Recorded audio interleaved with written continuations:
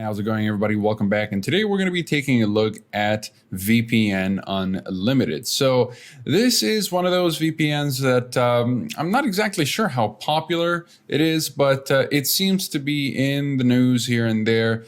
And, you know, it does a few things well. Of course, displaying my location and IP address for everybody is definitely not one of them. So I'm not exactly sure. Even when you do connect, it still displays your IP address and location. It makes it very hard to review. It really does. I'm not exactly sure why they do that. You know, maybe hiding it and having me click it if I'd like to take a look at my own IP address. But flashing it 24/7 is definitely not something I'm a fan of. I'm also not a fan of a few things that it does. But before we get into this, if you guys are interested in any of the VPNs mentioned today, yes, VPNs, because I wouldn't be really mentioning other VPNs if VPN Unlimited did everything right. It barely does everything right. In fact, it only does one or two things right, and the rest is just not that great, to say the least. So I'll be recommending three other VPNs if you guys are interested. Three of the best VPNs you can get, really, after taking a look at VPN Unlimited. So if you guys are interested in any of the VPNs mentioned today, you'll find links to special deals and discounts, as well as full reviews if you'd like to know the ins and outs of these VPNs in terms of privacy policy, speed streaming, and torrenting capabilities, as well as security and features. So keep that in mind if you guys are interested. Now, let's go ahead and start with what VPN Unlimited does well. What it does well is actually unblocking streaming services. Surprisingly enough, it even unblocks Netflix USA, so the US Netflix library, which is very difficult for most VPNs to unblock. And although it does unblock the US Netflix library, it doesn't really unblock any other library, surprisingly enough. So when you're going to unblock streaming services, these are the only streaming services you can unblock. Unfortunately, these servers are not fit for unblocking streaming services. So if you're gonna want to unblock a BBC iPlayer, Amazon Prime, you're gonna have to actually use these servers. And when using, for example, the Netflix library or the Netflix server here, you're not gonna be able to use the same server to unblock HBO Max, for example. For whatever reason, it seems like the way they made it is that each one of these servers is made specifically or optimized specifically for a certain streaming service. Unlike other VPNs, for example, with ExpressVPN, if you just connect to an American server, you'll be able to unblock all of the American streaming services. Here, you're going to have to switch between servers. So that's one thing that it still does right, by the way. I don't mind switching between servers for different streaming services. At least it does unblock the American Netflix library, which is the most sought after library. But if you're looking for the French library or the UK library or the Italian library or whatever other library you're looking for, or maybe perhaps the Canadian or Australian, unfortunately, you're not going to be able to unblock it using VPN Unlimited. Torrenting, it does work well with torrenting, but the problem with streaming, here's the problem though. If you're trying to stream or torrent, this is when speed will kind of get in your way here. So what do I mean? Now, although I'm using the WireGuard protocol here, it's still it's not doing that well. Even though it's a WireGuard protocol, I really doubt this is a true WireGuard protocol, or if it is a WireGuard protocol, then it's just not really optimized, I guess. So I did use Keep Solid Wise. I used Optimal. It just none of that gave me any better. WireGuard protocol did give me the best speeds, and despite giving me the best speeds are just not that great, reaching about 40 to 50% drop in speed, which is massive, really, especially if my base speed right here, as you can tell, 5.7. I can't really afford to go any lower than that. It's already pretty bad. So if I go any lower than that, then I'm going to suffer a massive hit on my download speed here, and I'm barely going to be able to load or stream in 480p. So if you have a speed of like 100 megabits per second, you're still going to suffer like about a 50%, 50 or 60% drop in speed. This is more than a 50%. This is nearly 60%. I switched to Open VPN. What's it called? Keep Solid Wise UDP. And it's still Let me go back to the settings real quick. And it still gave me, well, that it wasn't good at all. Not at all. From 5.74 to 2, that's a massive drop.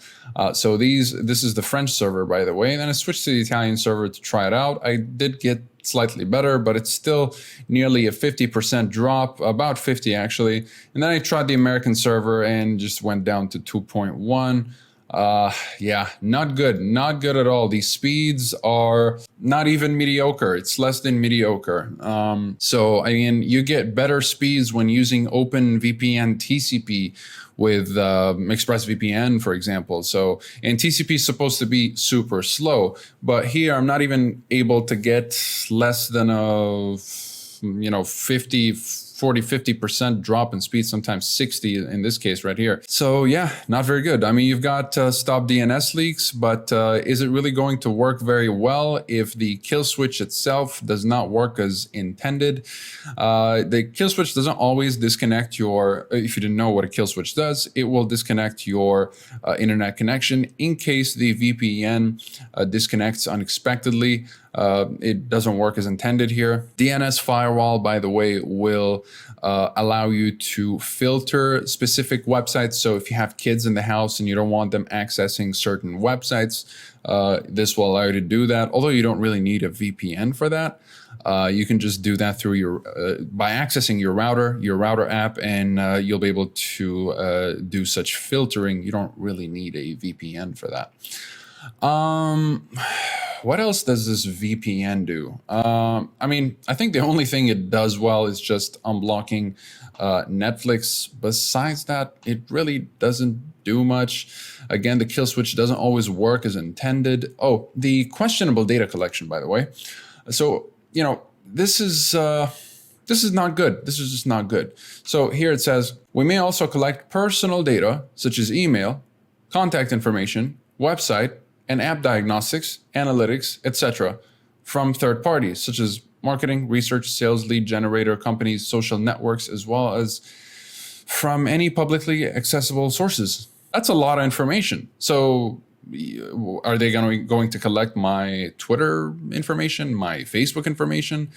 Is it going to extract all of that and give it to third parties? This is, or even if they keep it for themselves, it seems like they're going to be using it for marketing, and yeah, that's just very questionable.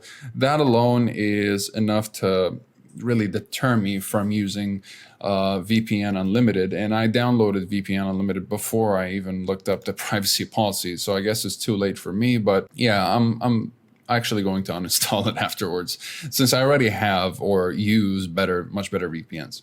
And let's say you do want to buy VPN Unlimited. Is it really worth $5 a month for the year? $60?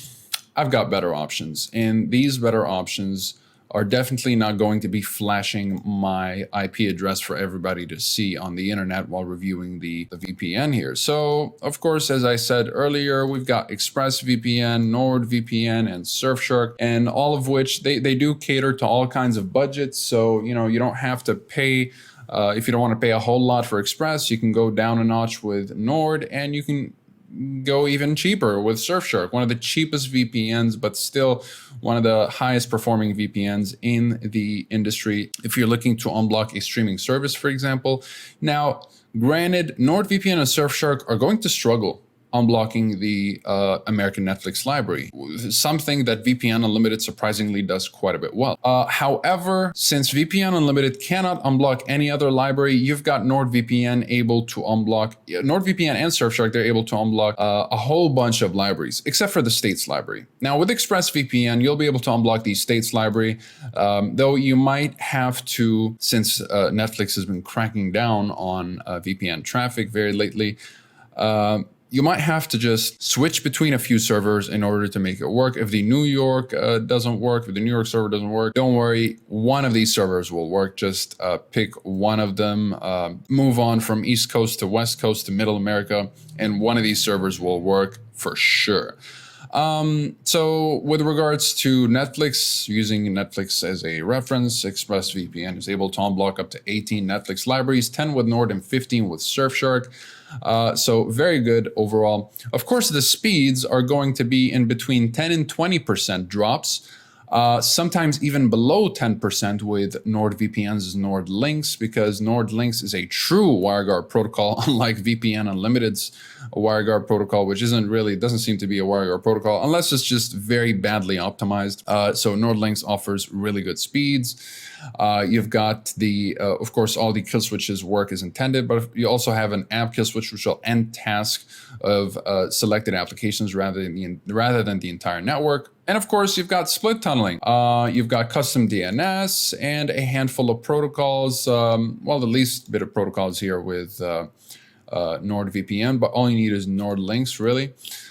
You've got, of course, here the, hold on, oh, not in locations, go to options.